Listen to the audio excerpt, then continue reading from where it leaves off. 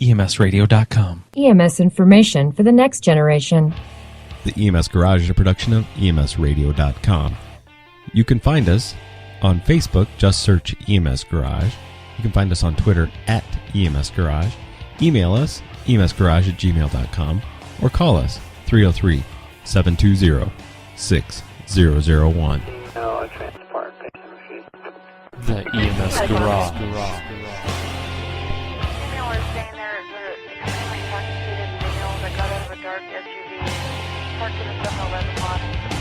Almost ran into the store with his vehicle.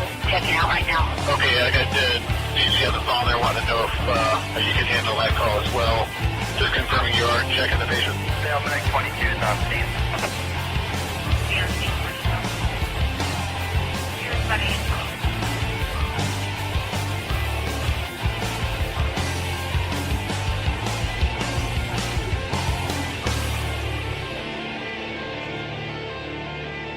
Hello, everybody, and welcome to the EMS Garage / EMS World podcast, coming to you from the EMS World Expo 2018 in Nashville.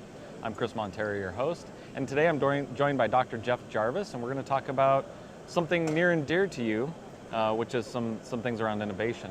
First, tell us a little bit about yourself. Where are you from? You bet. So I'm from Central Texas. I'm a practicing emergency physician in Round Rock, home of Dell Computers. Oh, wow. And I'm the EMS medical director for Williamson County EMS and Marble Falls area EMS. So we're the normal counties just north of the weird Austin. I wasn't going to say anything. I figured that's their logo. They it put it on sounded- things. Keep Okay. Austin weird. So we'll just say that we keep every. I thought that was Oregon or Portland or something. I think it's a little bit of a competition. Oh. So is Austin really that weird? I don't. It's not really that weird, but I feel like I'm going to hurt their feelings if I say that. Awesome. I always thought Texas was normal. I agree completely. Well, I love Texas. So tell me a little bit about some of the things that you do. Are you a EMS medical director as well? That's my primary job. Yeah, Okay. I'm an EMS medical director. I'm a paramedic and EMS medical director who happens to play ER doctor from time to time. Cool. So tell me a little bit about your topic on, you said a really long word and I can't remember, something. Peri-intubation hypoxia. There we go. Yeah. So after intubation. During. During. Yeah, Okay. yeah. So the key thing here is... I guess that would be post-intubation hypoxia. Correct, Great. Okay. right. Also important. So we look at a lot of our data and we analyze how we do things and how we can do things better. And as we were looking at one case in particular that really stuck out, we had a patient who was very short of breath, had multiple comorbidities, and we went to try to help her. And in the process of helping her, we made her a lot worse. And we did that because we intubated her. She was hypoxic from her intrinsic condition. We went to intubate her, and she got profoundly hypoxic to the point she went into cardiac arrest. So we looked at that data, and we said, well, how often is this happening to us? And the answer was about 2% of our intubations that we do, not in cardiac arrest. Right. Just for respiratory distress, trauma, whatever it is. About 2% of patients were going into cardiac arrest. And that struck me as an intrinsically bad thing. Right. We signed up to this profession to help people, not to hurt people. Right. So I did a literature search, and it turns out 2% is dead on what the average is Really? across the country in the pre-hospital setting, in the hospital setting, in the emergency department, in the operating room. 2% comes up again and again. So it doesn't matter where it's at. That's amazing. I mean, That's true. I mean, I guess I would expect, an anesthesiologist who does it all the time wouldn't have a similar result. That's interesting. So they do, but there's a difference in the population. So that 2% comes almost exclusively from very high risk patients, where ours are fairly well distributed. Now, we don't typically do elective intubations in the field. Right. If you're going to have surgery, you don't call 911 to have your intubation done. So we're intubating a sick cohort of patients. Right. So I looked at that, and I wanted to say, well, how often are we causing peri-intubation hypoxia? And in our system, it was around 44% of the time. Wow. I looked at the scientific literature, again, in the field, in the emergency department, in the hospital. You're going to be shocked to learn this, 40 to 50% of studies. Okay. So it turns out there really is no magical barrier between the field and the hospital. Your physiology doesn't change. Right. Hypoxia is bad no matter where you go. So we looked at it, and our performance was about on par with national performance. I said, well, is this actually a bad thing? Well, it is. It turns out if you have a traumatic brain injury, where this has been studied most often, your risk of death, the odds ratio of death, goes up 6-fold if you have one episode of hypoxia. So that's bad. We don't like more patients dying because of what we do. So we looked at the literature to identify specific steps that we can do to prevent peri-intubation hypoxia. And we ultimately ended up around a specific clinical bundle, and the components of that clinical bundle are appropriate positioning. So we intubate patients with the head of the bed elevated. We put them into ear to sternal notch positioning, something I like to call pint sipping position. Right, yeah. So you put your head forward to take a sip of your nice, luscious beer. So do the same thing to intubate the patient. We use apneic oxygenation at maximum liter flow. We also, when we're pre-oxygenating patients, do it with the BVM and PEEP or BiPAP, depending on what you have available.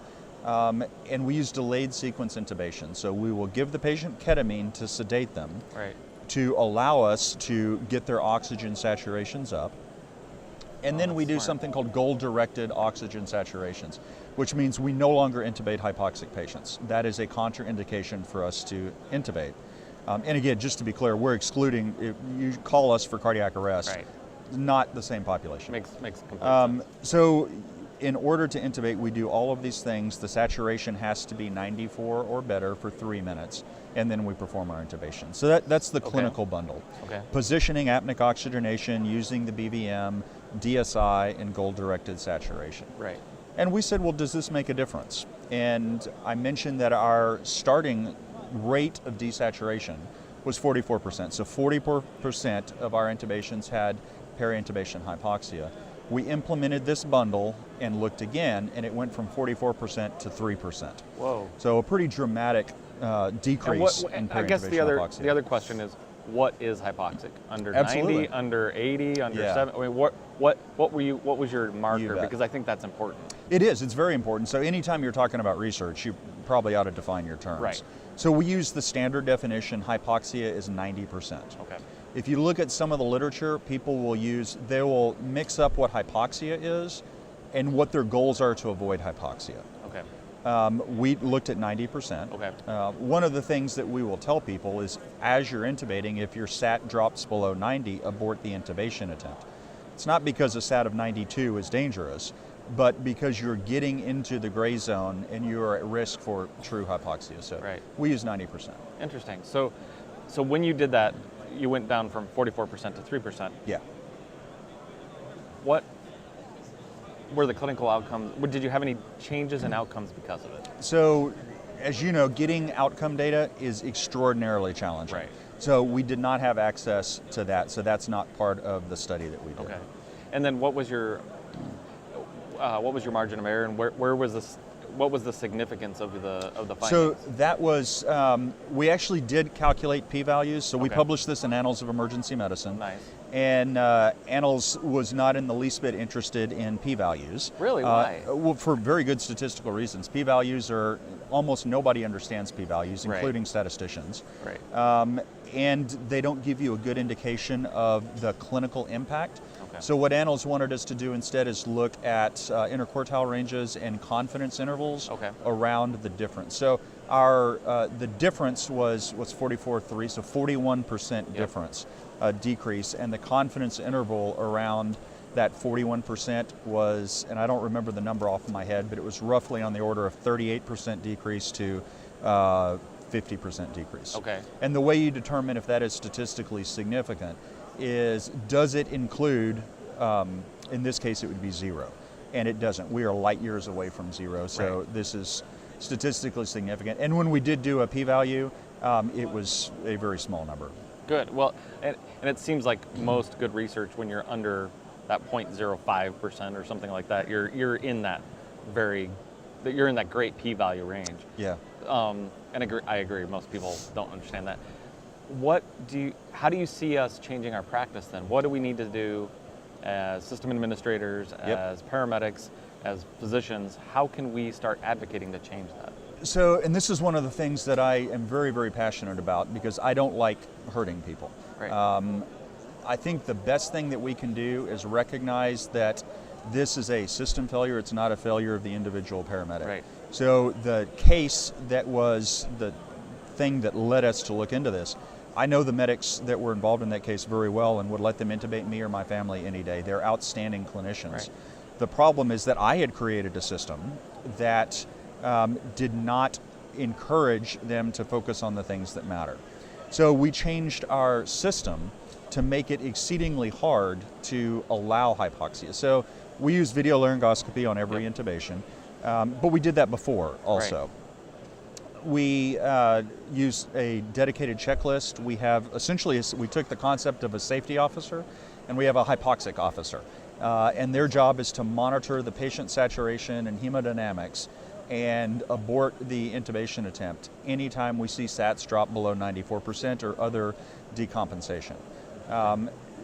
When you use video laryngoscopy, there's a nice big screen and people are very attracted to that sexy screen.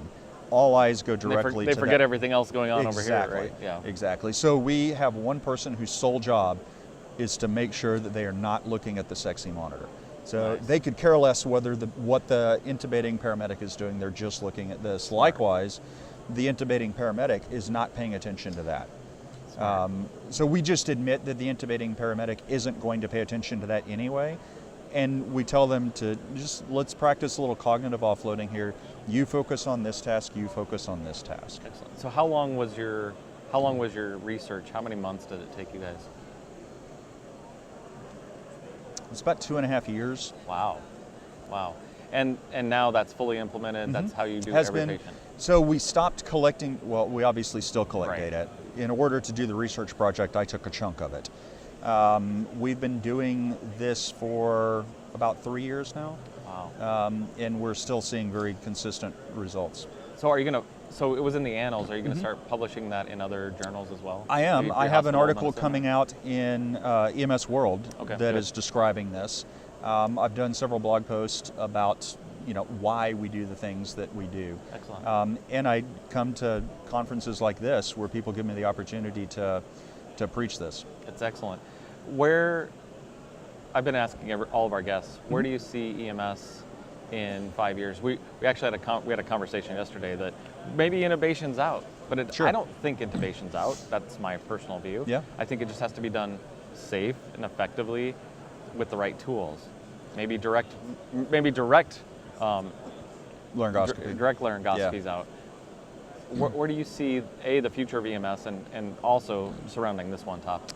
So the future of EMS is probably a very loaded question. I served on the technical expert panel for the 2050 review. Excellent. So other than saying in a wonderful place in 2050, let me focus on the question about intubation and where we'll be. So we had 2 huge trials that wonderfully done trials, prospectively randomized controlled trials, the Airways 2 in the UK and PART here in the United States.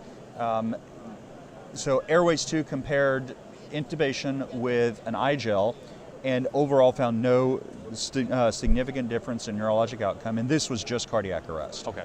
PART was also cardiac arrest, and they saw a 3% absolute decrease in mortality for patients who used a King LT compared to direct laryngoscopy.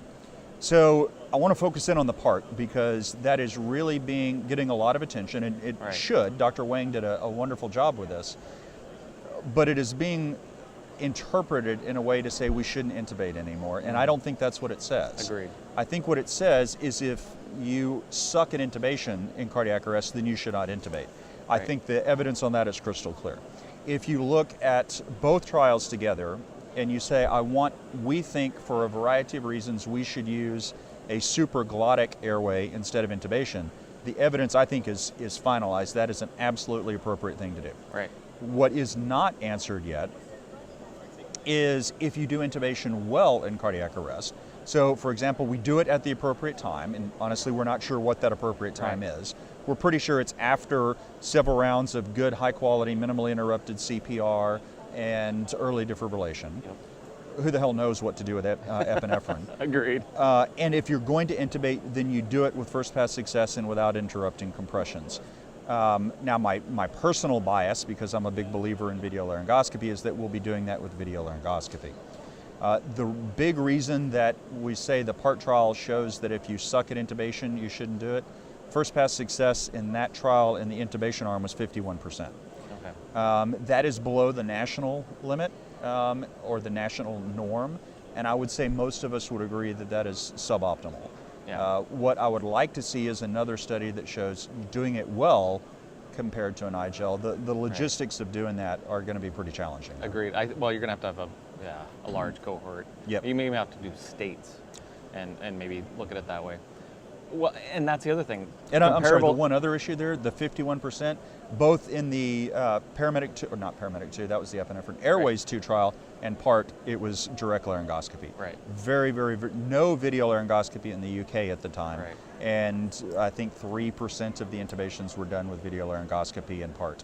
Well, and I think that's it. I mean, I think EMS systems are so different and all across the United States that you're finding those similarities, so you can actually do some, unless you just randomize between the patients. The randomization is probably not an appropriate topic here because it'll go on forever, but Right. the randomization was a huge issue in both Right. of those trials. Agreed. I'll say that UK, I think, did it right. Nice. So, Doc, where can people get a hold of you, maybe talk to you about Sure. your checklists and find out Yeah. information? So a couple places. Twitter is always a good place. I'm at Dr. Jeff Jarvis, and definitely not Prof. That's a whole other dude. I am at Dr. Jeff Jarvis.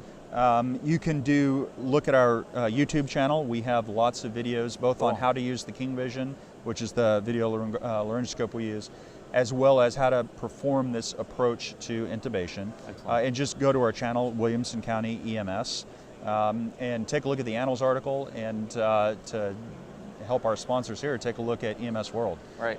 So we Okay. should have an article coming up there. Great. Thanks, Doc. Thanks You for your bet. time. I Thank you appreciate very it. much. Yes, absolutely. Appreciate and it. I'm Chris Montera here at EMS World Expo 2018 in Nashville. Stay on this channel for more great content coming right up.